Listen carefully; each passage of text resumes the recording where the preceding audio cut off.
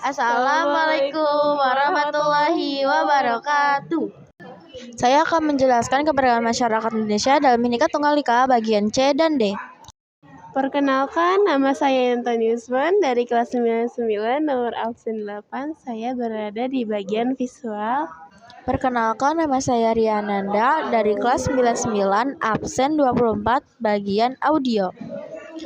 C. Permasalahan keberagaman dalam masyarakat Indonesia. Bentuk keberagaman masyarakat Indonesia, kekayaan bangsa Indonesia akan keberagaman merupakan suatu hal yang harus dijadikan sebagai dorongan bagi masyarakat untuk mengenal dan memahami setiap keberagaman yang ada di masyarakat Indonesia agar keberagaman yang dimiliki menjadi sebuah kekuatan sehingga bangsa Indonesia dapat lebih maju dan lebih bermartabat. Keberagaman masyarakat Indonesia meliputi suku bangsa, agama, budaya, adat istiadat, bahasa daerah, pandangan politik, dan golongan. A. Suku bangsa. Persebaran suku bangsa dipengaruhi oleh faktor geografis, perdagangan laut, dan kedatangan para penjajah di Indonesia. Untuk itu, kita harus menyadari bahwa keberagaman itu merupakan kekayaan yang tak ternilai harganya dan harus dapat dijadikan sebagai kekuatan yang mampu mempersatukan bangsa Indonesia. B. Adat istiadat merupakan peraturan tentang perbuatan manusia yang lazim dilakukan sejak zaman nenek moyang dan diikuti oleh keturunannya. Adat yang telah melembaga disebut adat istiadat. Permasalahan keberagaman dalam masyarakat Indonesia.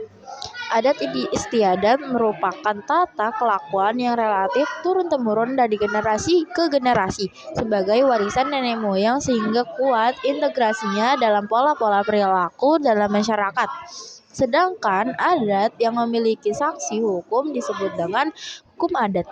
Setiap suku bangsa memiliki adat istiadat dari ciri khasnya masing-masing yang berbeda antara suku yang satu dengan suku bangsa lain. Mr. Van Vollenhoven mengungkapkan tentang sistem lingkaran hukum adat. Dia mengklarifikasikan dari sekian ratus adat di Indonesia menjadi 19 lingkaran hukum adat atau suku bangsa, yaitu 1. Aceh, 2. Goya, Alas dan Batak, 3. Minangkabau, 4. Sumatera Selatan, 5. Melayu, 6. Bangka dan Belitung, 7. Kalimantan, 8. Minahasa, 9. Gorontalo, 10. Toraja, 11. Sulawesi Selatan, 12. Ternate, 13. Ambon, 14. Timor, 15. Irian Jaya, 16. Bali dan Lombok, 17. Jawa, 18. Yogyakarta, 19. Jawa Barat. Sistem kekerabatan itu diantaranya sebagai berikut. Parental system. Kekerabatan parental menarik garis keturunan dari kedua belah pihak, ayah dan ibu. Kedudukan laki-laki dan perempuan sama, misalnya di daerah Aceh dan Jawa Barat. Patrilineal system. Kekerabatan patrilineal menarik garis keturunan dari pihak bapak. Kedudukan laki-laki lebih tinggi dibandingkan perempuan, misalnya di daerah Palembang dan Batak. Matrilineal system. Kekerabatan matrilineal menarik garis keturunan dari pihak ibu. Kedudukan perempuan lebih tinggi dibandingkan laki-laki, misalnya di daerah Minangkabau. Agama merupakan satu hal yang tidak terpisahkan dari kehidupan masyarakat Indonesia. Keanekaragaman suku bangsa, letak geografis, dan letak belakang sejarah merupakan terjadinya faktor menyebabkan keragaman tersebut. Pemerintah menetapkan agama Islam, Kristen, Katolik, Hindu, Buddha, dan Konghucu sebagai agama resmi penduduk Indonesia. Pengaruh keberagaman masyarakat Indonesia. Dampak positif yang ditimbulkan dari keberagaman masyarakat Indonesia diantaranya: A. Terciptanya integritas nasional. B. Menjadi sarana untuk memajukan pergaulan antar suku, agama, budaya, dan golongan. C. Dapat memperkaya khazanah budaya bangsa. Di samping itu, dampak negatif yang ditimbulkan dari keberagaman masyarakat Indonesia diantaranya A. Terjadinya konflik dalam masyarakat.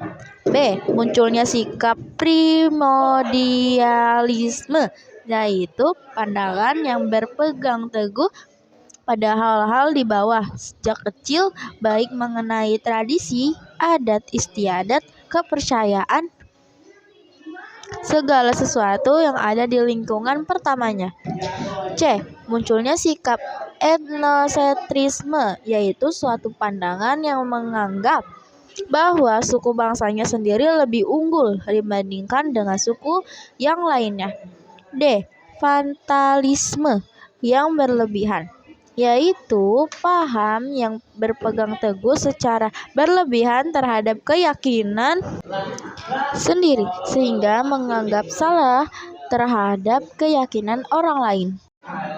Permasalahan yang mungkin muncul dalam keberagaman masyarakat Indonesia. Masalah dalam masyarakat, salah satu karakteristik keragaman adalah adanya konflik. Di balik semua itu, keberagaman masyarakat memiliki potensi timbulnya berbagai perbedaan. Coba kamu perhatikan berbagai perbedaan di lingkungan sekitarmu. Perbedaan tersebut dapat menjadi salah satu faktor penyebab masalah seperti putusnya persahabatan, perkelahian antar kampung, perkelahian antar pelajar, dan sebagainya. Dengan demikian, dapat disimpulkan bahwa keberagaman masyarakat Indonesia setidaknya dapat menimbulkan sejumlah permasalahan di dalam masyarakat Indonesia sendiri. Di antaranya, A. Bentuk konflik pada masyarakat Indonesia. Konflik dalam masyarakat dapat ditimbulkan berdasarkan tindakannya, yaitu konflik ideologi dan konflik politik. Konflik ideologi terjadi karena perbedaan ideologi dalam masyarakat. Contoh konflik ideologi adalah peristiwa G30 SPKI. Adapun konflik politik merupakan pertentangan yang disebabkan perbedaan kepentingan dalam memperoleh kekuasaan atau perumusan kebijakan pemerintah. Contoh nyata konflik politik antara lain bentrokan akibat proses pemilihan umum, bentrokan menolak kebijakan pemerintah atau menuntut sesuatu.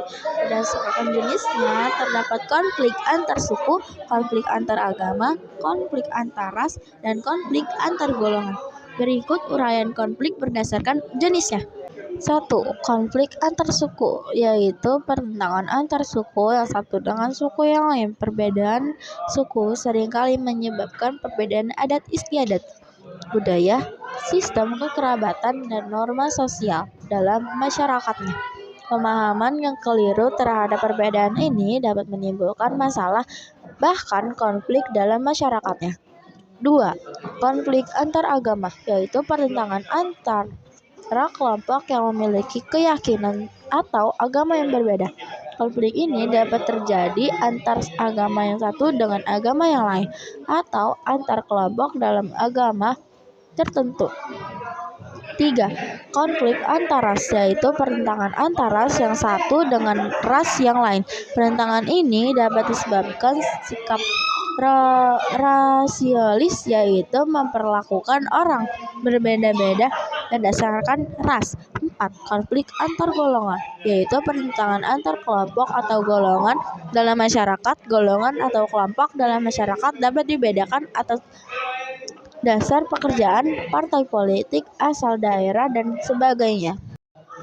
Penyebab konflik dalam masyarakat: tidak adanya perbedaan pandangan antar kelompok seperti perbedaan tujuan, cara melakukan sesuatu, dan sebagainya.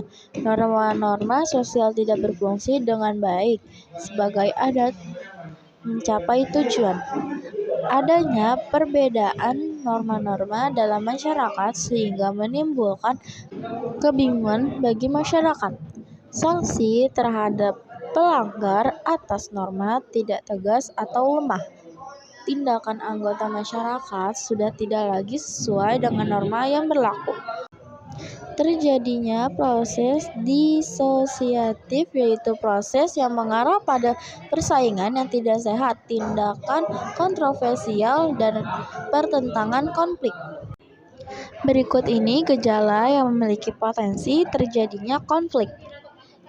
Gejala menguatnya etnosentrisme kelompok. Setrotif terhadap suatu kelompok. Hubungan antar penganut agama yang kurang harmonis. Hubungan antar penduduk asli dan penduduk pendatang yang kurang harmonis. Akibat yang ditimbulkan oleh terjadinya konflik, perpecahan dalam masyarakat, kerugian harta benda dan korban manusia, kehancuran nilai-nilai dan norma sosial yang ada, perubahan kepribadian.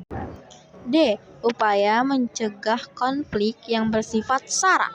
Untuk mengatasi konflik yang bersifat SARA, suku, agama, ras, antar golongan, ada dua cara nih, yaitu secara preventif dan represif. Cara preventif artinya upaya dilakukan untuk mencegah terjadinya masalah atau sebelum masalah terjadi. Contohnya, mengembangkan sikap toleransi, kerjasama, latihan bersama, dan sebagainya. Cara represif adalah upaya mengatasi masalah pada saat atau setelah terjadinya masalah. Contohnya, penangkapan, pembubaran paksa, dan sebagainya. Sekian dari kami. Terima kasih. Wassalamualaikum warahmatullahi wabarakatuh.